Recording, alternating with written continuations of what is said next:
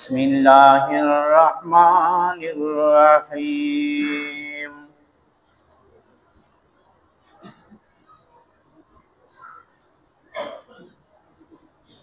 وإذ وعدنا موسى 40 ليلة ثم اتخذتم العجل من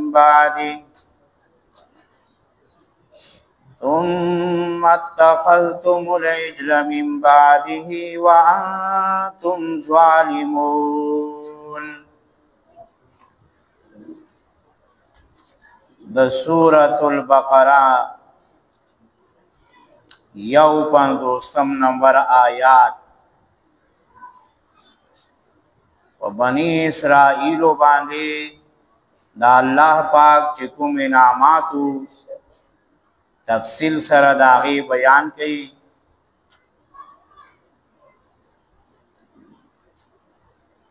تاسو مې د فرعونانو نخلاص کړئ، هغوی بس تاسو زامن علالول او ستاسو لونه به پرېښولي. تاسو مې د دریاب نه پورې کړئ او فرعونیان چې دي هغه مې په دریاب کې غرق کړل، تاسو قتلل. نو په دې آیات کې الله پاک د یو بل نعمت تذکره کوي چې کله بني اسرائیل د فرعونیانو نه خلاص شو، موسی علیه السلام ته وی چې مونږ لا صداسی او قانون یو کتاب پکار دی چې مونږه په هغه مطابق خپل ژوند تیرو، د فرعون د ظلمونو زیاتونو مونږ خلاص شو.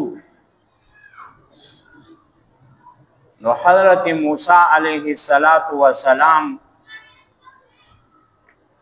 الله پاک ته د دوی دا درخواست پیش کړ چې یا الله زما قوم داسې یو کتاب غواړي. الله موسی علیہ السلام ته وی چې ته کوه تور ته راشه او په کوه تور کې 40 شپې تیرې کا اعتکاف وکا. طالب زه کتاب را کما د 40 شپو د تیرولو نه مطلب دای چې د الله پاک نزدېکت زیاد حاصل شي. د دې وجنا حدیث مبارکه کی راضی حضور صلی الله علیه وسلم وی چې چا چې 40 شپې د الله پاک عبادت وک، الله پاک بداغه د زړه نه داغه په خلی باندې د حکمت چشمه چینی جاری کی. مطلب دا دی چې د زړه به الله پاک زړه به پاک کی او ظاهره خبره چې زړه پاک شونو بیا به د خلینا خسته خبرې خبرې وځي. موسی علیہ السلام 40 شپولا چې کله حالته کې لاړ، نورستو بنی اسرائیل چې واغوی باندې په بلځه کې الله تذکرہ کوي چې حضرت هارون علیہ السلام دا غوی مشر کړو. نو دوی چې کله د فرعونانو نه لړ، نو دوی دا غوی نه زیورات اغستیو. دوی کې یو سړیو داغه نوم سامریو،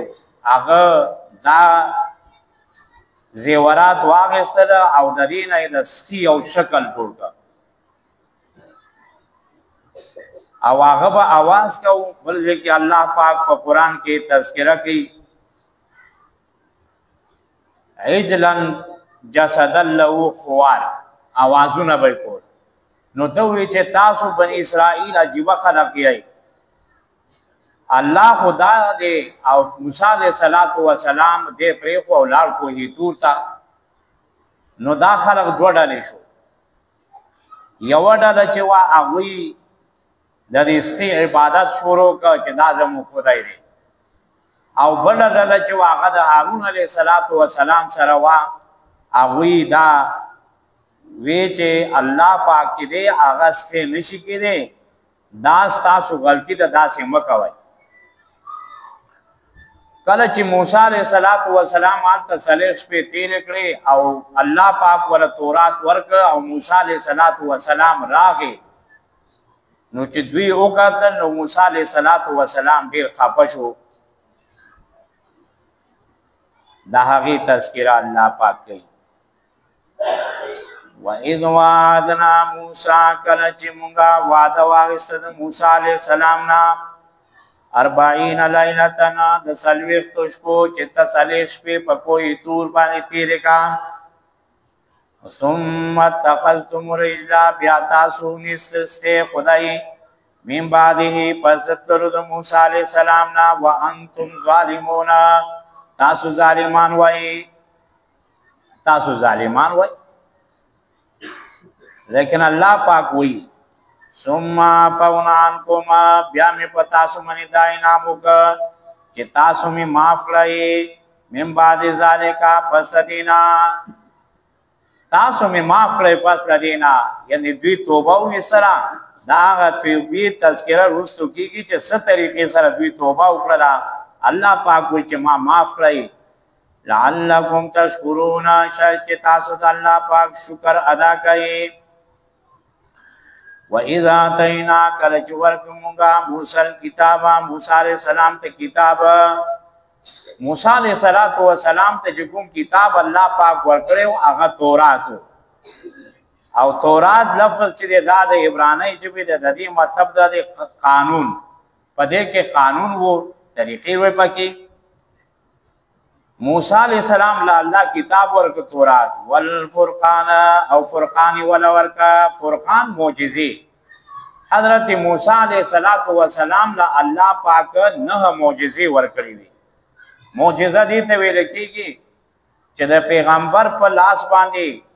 داس یو کار ظاهر شي چې هغه د نور چا په لاس باندې نشي ظاهر درې لکه موسی علیہ السلام په لاس کې به همسا وا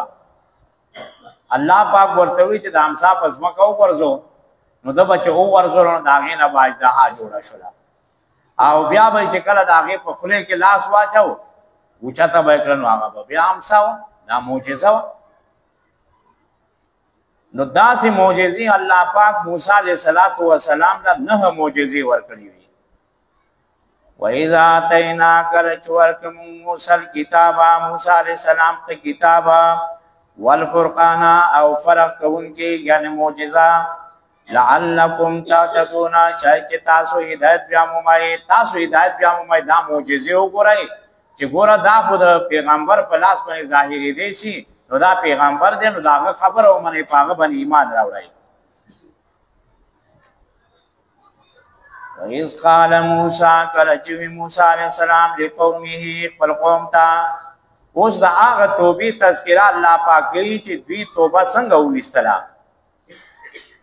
نو موسی علیہ السلام په قانون کې داسې وا توبه ویستله چې دغه وخت کې ځینې خلک چې هغه کافر وو ځینې مسلمانو د موسی علیہ السلام د هارون علیہ السلام منونکي وو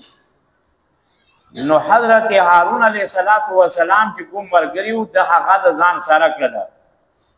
او هغه کسانو پسې لاړل چې کوم کفر او شرک کړو او دوی ته دا حکم وکړ چې دا کافر چې دا ووای تاسو کوتو نو چې کله د دوی جنگ شروع شو نو هغه کې چې څوک مړ شو نو دا هغوی هم توبه قبول شو او څوک چې پاتې شو نو دا هم توبه قبول شو د توبې د قبلېدو دا طریقه وه چې جنگ به کو یو بل به قتلول نو بس دې کې دا توبه ولګه وَإِذْ قَالَ مُوسَىٰ لِقَوْمِهِ کله چې وی موسی علیہ السلام پر قوم ته یا قوم زما قوما انکم بشک تاسو ظلمتم انفسکم ظلم کړ دې خپل په ځانونو باندې باتخاذکم العجل پنیولو د سکی سره سکی نه تاسو خدای جوړ کړل چې دا زمو خدای دی فتوبو توبه وباسئ الی بارئکم خپل پیدا کوونکي ته خپل رب طرف ته بارئکم خپل رب طرف ته او توبه طریقه دا ده فقتلوا تاسو قتل کړئ انفسکم خپل نفسونه قتل کړئ یعنی یو بل قتل کړئ نو دا څومره ګران کارو چې یو بل خوا قتلوي نو پس ته به توبه قبلېږي هسې توبه نه قبلېږي او د حضور صلی الله علیه وسلم د امت دپاره الله پاک توبه څومره اسانه کړې ده چې یو سړی په دریو شرایطو سره توبه وکاږي اول دا چې کوم ګناه چې کوي هغه پرېږدي دا به نه کوم دویم دا چې په هغې باندې پښیمانه شي یا الله دا خو ما نه غلطي وشو او آینده د نه کولو یې پخه اراده وکړي یاره آینده به نه کوم دا دریو شرایطو بس دا توبه شوه ګناه یې پرېښو او پې باندې پښیمانه شو چې یا الله ما نه غلطي شوې ده زه ګناهګار یم ما معاف کړه یا الله او دریم دا چې چرته به هم بیا نه کومه پخه اراده دا وکړي چې بیا به نه کومه جو بس هغه توبه ده او حدیث مبارکه کې راځي التائب من الذنب کمن لا ذنب له چا چې د ګناه نه توبه وکړه الله پاک وایي د الله نبی وایي دی داسې دی چې لکه د ګناه کړی هم نه دی دی الله پاک داسې معاف کړي داسې پاک کړي نو د دې توبه که به داسې قبلېدله چې یو بل به یې قتله ذالکم خیر لکم دا کار تاسو دپاره غوره دی د بارکم په نیز طرف ستاسو فتاب علیکم پس الله پاک توبه قبول کړه په تاسو باندې انه بېشک الله چې دی هو التواب الرحیم دا الله توبه قبلونکی او مهربانه دی وَإِذْ وَعَدْنَا کله چې موږ وعده واخیسته موسی د موسی علیه السلام نه 40 لیلة د 40 شپو ثم اتخذتم العجل بیا تاسو ونیسه سخی خدای تاسو چې دا زموږ خدای دی من بعدې پس د تلو د موسی علیه السلام نه موسی علیه السلام چې کوه طور ته لاړ د هغه نه پس تاسو دا کار وکړه وانتم ظالمون تاسو ظالمان وایي ثم عفونا عنکم بیا موږ تاسو معاف کړئ معاف کړه تاسو نه دا ګناه من بعد ذلک پس د دې نه لعلکم تشکرون شاید چې تاسو د الله شکر وباسئ وَإِذَا آتَيْنَا کله چې موږ ورکړه موسی الکتاب موسی علیه السلام ته کتاب تورات والفرقان او فرقان معجزه